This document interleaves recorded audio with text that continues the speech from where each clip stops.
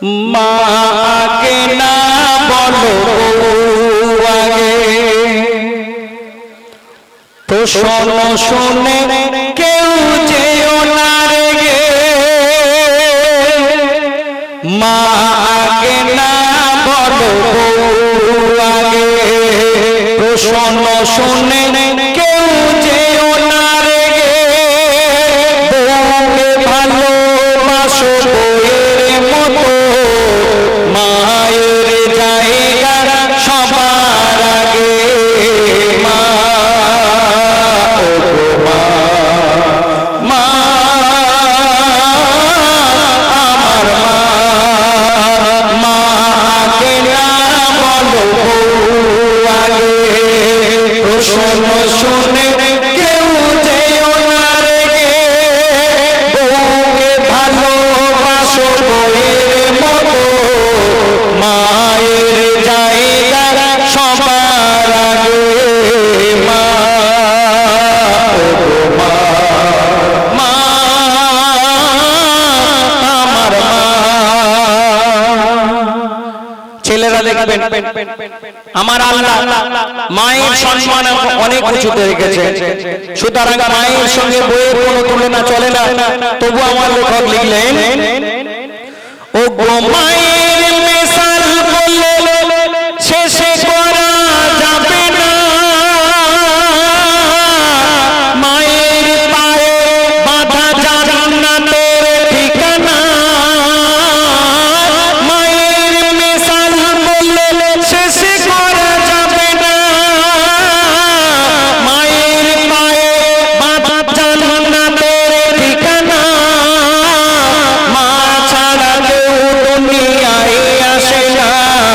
ও গো মা ছাড়া কেউ দুনিয়ায় আসে না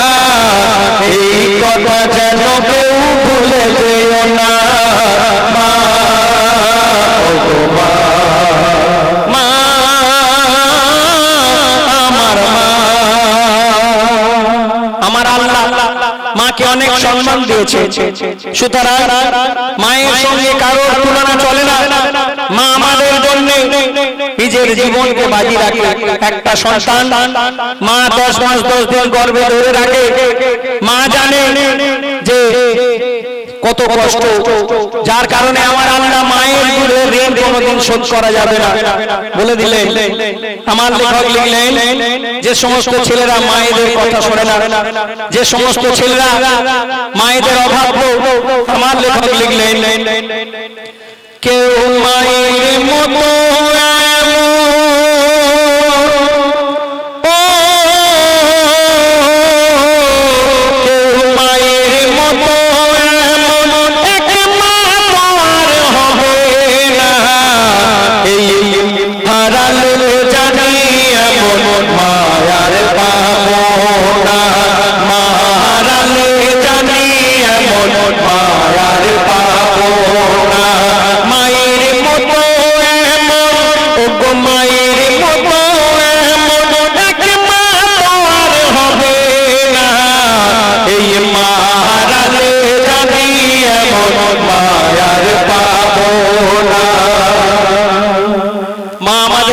কত মূল্যবান বললেন দেখে ও গো যে মায়া ও গো মায়ের মমতার পরীক্ষা আমি সেদিন পেয়েছি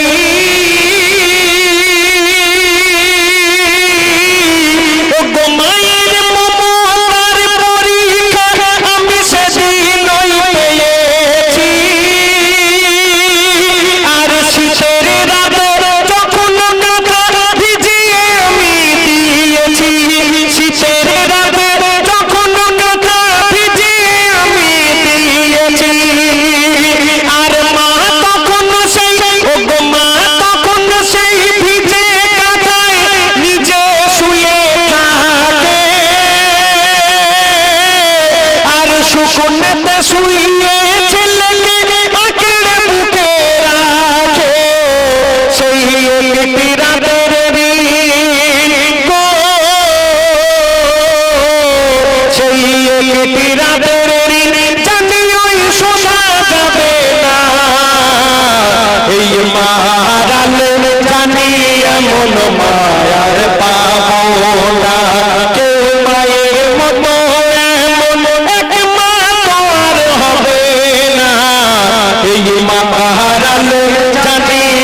এমন মায়ার পাবো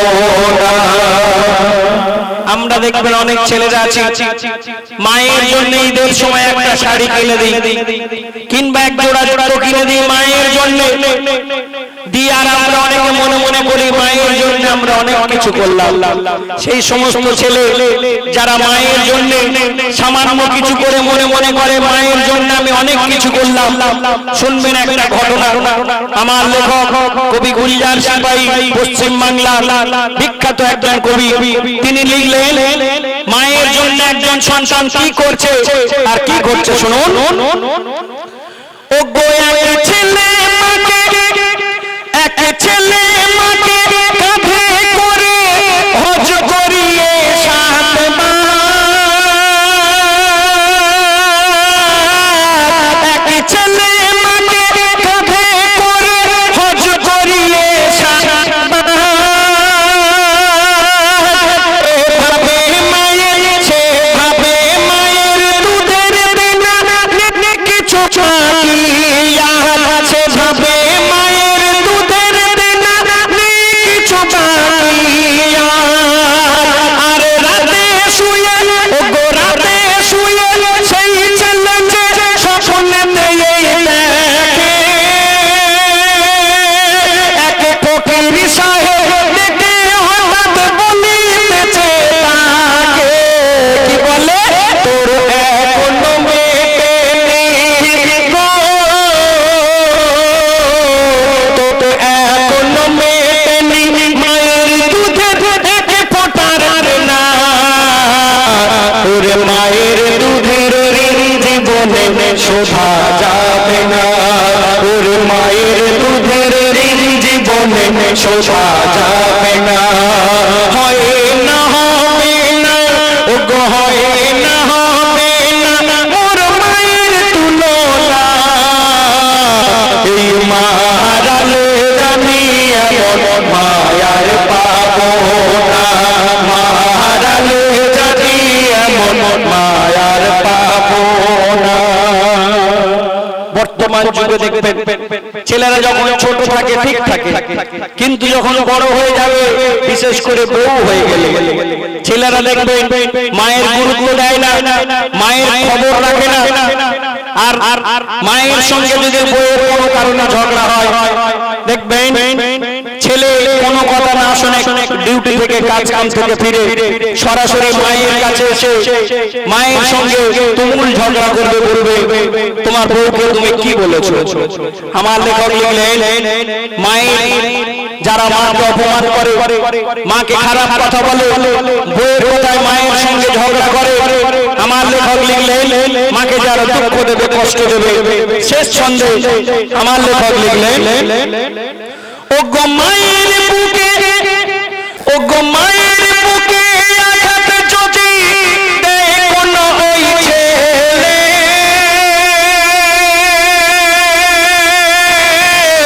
আর আনন্দে দেখায় পরে, আনন্দে দেখায় পরে মাকে কষ্ট পেলে, সেই ছেলে ওই আখেরাতে কষ্ট হাজার পাবে, আর মরার সময় যখন তাহার বন্ধ হয়ে যাবে, মরার সময় যখন তাহার বন্ধ হয়ে যাবে, শত চেষ্টা করেও কালমা গো, শত চেষ্টা করেও কালমা মুখে সে আনতে পারবে না, এই মারালে জানি এমন মায়ার পাবো না, কেউ মায়ের মতো এমন, কেউ মায়ের মতো এমন এক মা আর হবে না, এই মারালে জানি এমন মায়ার পাবো না, মারালে জানি এমন মায়ার পাবো না। শুনলেন ছোট্ট একটি লেখা আমার ইউটিউব চ্যানেলে লেখা শোনালাম, আরেকটি লেখা শোনাবো, একদম ছোট্ট লেখা, তবে একটু কমেডিয়ান লেখা। আমার বন্ধুরা বারবার করে ফরমাইশ করছেন যে জাফর ভাই একটু গরম গরম একটি লেখা শোনাতে, শোনাবো ছোট্ট করে। তবে আমি এখানে আপনারা এই মন্ডল এই অনুষ্ঠান শুধু আপনারা যে দেখছেন তা নয়, এখানে ক্যামেরা চলছে, ইউটিউবের মাধ্যমে সারা বিশ্বের মানুষ দেখছে। এত সুন্দর আপনাদের পরিবেশ, মন দিয়ে আপনারা শুনছেন। আমি ছোট্ট লেখা শোনাবো, তবে আবার দ্বিতীয় রাউন্ডে খুব দামি দামি মূল্যবান লেখাগুলো শোনাবো। এখন যে লেখাটি শোনাবো ছোট্ট করে, যে লেখাটি একটু কমেডিয়ান লেখা। আপনাদের বাড্রা মন্ডল পাড়ার ছেলেরা খুব ভালো, এখানকার মেয়েরাও খুব ভালো। আমাদের ধামুয়ার দিকে ছেলে মেয়েরা ভালো না, বড্ড গন্ডগোল করে। কি করে? যে ছেলেরা পেশাব করে কুলুল নেবে না, ওগো যে ছেলেরা পেশাব করে কুলুল নেবে না, আর আল্লাহ বলে জান্নাতে তার জায়গা হবে না, ওগো আল্লাহ বলে জান্নাতে তার জায়গা হবে না। আর মোর নবীজির নাম শুনে যে দরুদ পড়বে না, মোর নবীজির নাম শুনে যে দরুদ পড়বে না, কাল হাসরে মোর নবীর সাফায়াত পাবে না, ওগো কাল হাসরে আমার নবীর সে সাফায়াত পাবে না। যে ছেলেরা পাড়ার মধ্যে দেখবেন ইয়াং ছেলে, এই 15-16 বছরের ছেলেরা দেখবেন বড্ড গন্ডগোল করে। অনেকে আছে দেখবেন যেখানে সেখানে পেশাব করে, রাস্তার ধারে, গাছের গায়ে, দেয়ালের গায়ে, খেলার মাঠে যদি খেলা দেখতে যায়, পেশাব লাগলে দেখবেন ধারে কোনো জায়গায় ছেড়ে দেয়, এরা পানি নেয় না। আমার আল্লাহ বলে যে ছেলেরা পেশাব করে না, পানি নেবে না, পা খালে থাকবে, তার জন্য আমার জান্নাতে জায়গা হবে না, সে জাহান্নামে যাবে। আর অনেক মেয়েরা আছে দেখবেন ভুল করে, কি ভুল? অনেক মেয়েরা আছে দেখবেন আজানের সময় যাদের মাথায় কাপড় থাকে না, এই ভুলটা যে মেয়েরা করবে, বিশেষ করে ইয়াং মেয়েরা, তাদেরও শাস্তি হবে। কি হবে? ওগো আজান হলে যে মেয়েরা, ওগো আজান হলে যে মেয়েরা দেয় না মাথায় কাপড়, আর বিয়ের পরে দেখবে তাদের স্বামী গাঁজাখোর, ওরে বিয়ের পরে দেখবে তাদের স্বামী গাঁজাখোর। আর যে মেয়েরা, ওগো যে মেয়েরা বিয়ের আগে কোরআন শিখবে না, ওগো যে মেয়েরা বিয়ের আগে নামাজ পড়বে না, আর সেই মেয়েকে কোনো বাড়িতে